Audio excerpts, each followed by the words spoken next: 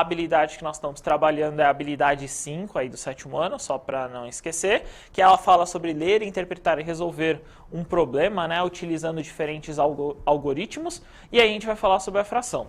E aí, como eu falei, né, falamos já sobre fração própria, comentamos bastante sobre isso, né, que o numerador é menor que o denominador, e o contrário, que o numerador é maior que o denominador, chamamos de imprópria. Legal. Beleza, Tony? Muito bom. Então, essas aí foram duas relações, né, duas modelos, né, que nós falamos aí sobre fração, e hoje nós vamos apresentar outras duas. Um pouquinho parecida, né, mas hoje nós vamos apresentar outras duas.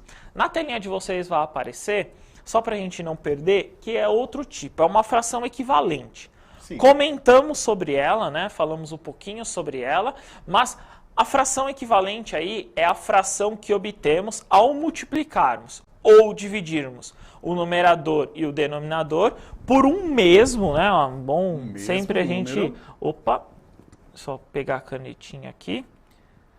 Então, passar aqui para frente por um mesmo, né, Tony? Aqui, ó. Sim. Por um mesmo número, diferente de zero, né? Então, por exemplo, aí, ó, 1 sobre 6 e 2 sobre 12. O que será que eu fiz, né? Eu multipliquei tanto o numerador quanto o denominador por 2, né, Tony? Sim, sim. Então, eu tenho aqui, ó, 1/6 e 2 sobre 12. O que eu fiz? Eu multipliquei aqui em cima por 2 e eu multipliquei aqui esse denominador aqui, ó, por 2. Legal. 1 vezes 2 eu encontro 2 e 6 vezes, no caso 2 aqui, eu encontro o 12. O que é bom ressaltar? Aqui é uma fração equivalente, ó. Legal. Aqui é um modelo de fração equivalente. Quando eu também fizer a divisão, né, eu executar a divisão, vai dar o mesmo resultado decimal. A mesma coisa acontece por 3 sobre 18, né? Esse 3 aí, 18 avos. Só que para o 2 é mais difícil você encontrar. Então o que eu fiz? Peguei 1/6, né? Ó, 1/6 e 3 aqui sobre 18. O que eu fiz, né, Tony? Eu multipliquei por 3, né? Então, Legal. 1 vezes 3 aqui eu encontro 3. E 6 multiplicado por 3, né, aqui, ó, eu encontro o 18. E aí o que é o mais difícil, que eu queria muito comentar na aula passada, que não pude falar sobre isso. Existem frações equivalentes, Tony, que não estão assim aparente que você executou. Então, por exemplo, 2 sobre 12 é a mesma coisa que 3 sobre 18. Quando eu executar, né, quando eu fizer, são frações equivalentes. Só que se você observar, não tem um número aí que eu multipliquei. Que número que eu multiplico ou divido para dar 3 é mais difícil, né? Por isso que um dos modelos que eu vou falar para vocês aí é a simplificação, né? Então vocês podem simplificar esses modelos, vocês podem reduzir aí a 1/6, que era a ideia que eu comentei aí sobre a fração irredutível. Anote aí no caderno, palavrinha importante, legal, né? É isso mesmo. A fração aí irredutível, que é quando você não consegue simplificar mais, você não consegue dividir mais. Isso. De uma forma muito prática, a gente pode dizer também que se eu comer 1/6 de uma pizza ou comer 3/18 de uma pizza é a mesma coisa, né? E é mais complexo, né? Porque na multiplicação a gente não está utilizando um número natural aí, né? Isso a gente está mesmo. utilizando um número real que é 1,5, né? O que não é muito usual, né? Enxergar isso. Quando é 1,5 até vai lá, né? A gente até consegue chegar. Mas se a gente tiver um número mais quebradinho, fica mais complexo de fazer. Isso mesmo. Por isso que uma sugestão que eu gostaria muito de comentar, eu não consegui falar na aula passada, que é essa fração irredutível, né, Tony? Então, Sim. Toda vez que você conseguir essa fração irredutível, você vai encontrar aí as equivalências, né?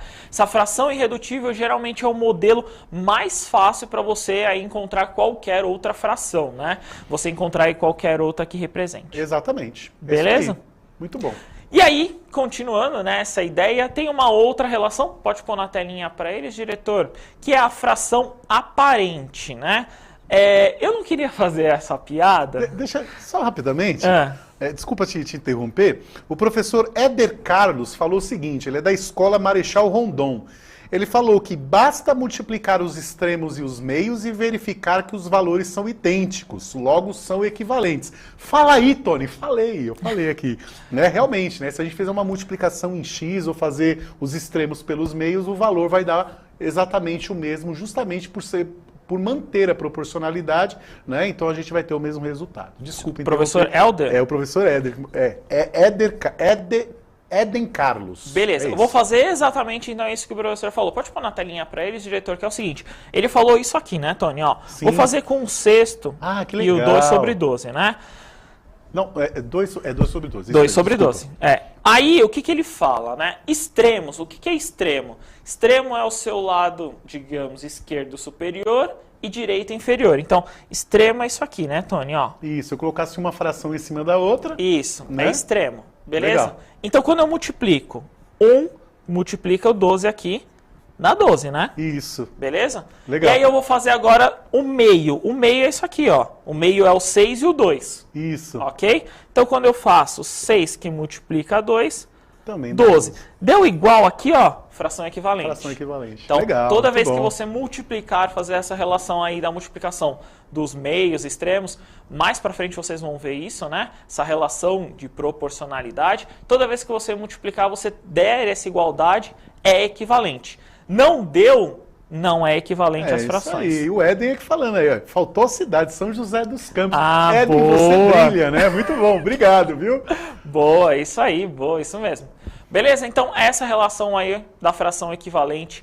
Fração equivalente é muito importante, vocês vão ver aí muitas vezes, né? Tem uma relação aí que vocês vão ver bem mais, é uma utilização muito importante, principalmente na forma que você divida.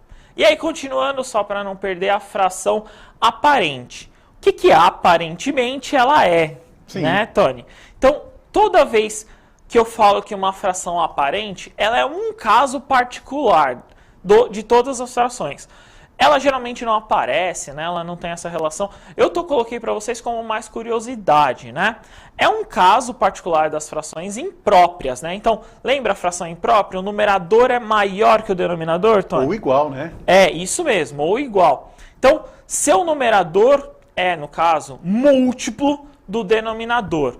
Quando dividimos, então, o numerador pelo denominador, ou seja, quando dividimos essa fração, quando resultamos, temos aí o quociente, resulta, no caso, no número que pertence ao conjunto dos inteiros. Eu vou dar um exemplo bem simplesinho aqui para vocês, que é esse 44 sobre 4. Só de olhar, Tony, eu sei que é uma fração, né, no caso, imprópria, porque Sim. o numerador é maior que o denominador. Legal. O 44 e o 4. Só que quando eu divido aqui, ó, 44 por 4, eu sei que dá um número inteiro exato. Dá 11, né? Então, deu um número exato ali, ó. Você conseguiu dividir e deu um número exato. Sabe quando você faz aquela conta, você está na prova, você faz aquela conta e dá um número exato e tá lá na prova aquela resposta, Legal. você fica mega feliz? Show. É uma fração aparente. Então, aparentemente, você está feliz. Legal, aparentemente de verdade, né? Nossa, Ela é bom de piada também, né? Bom de piada. A produção tá aqui daquele jeito hoje.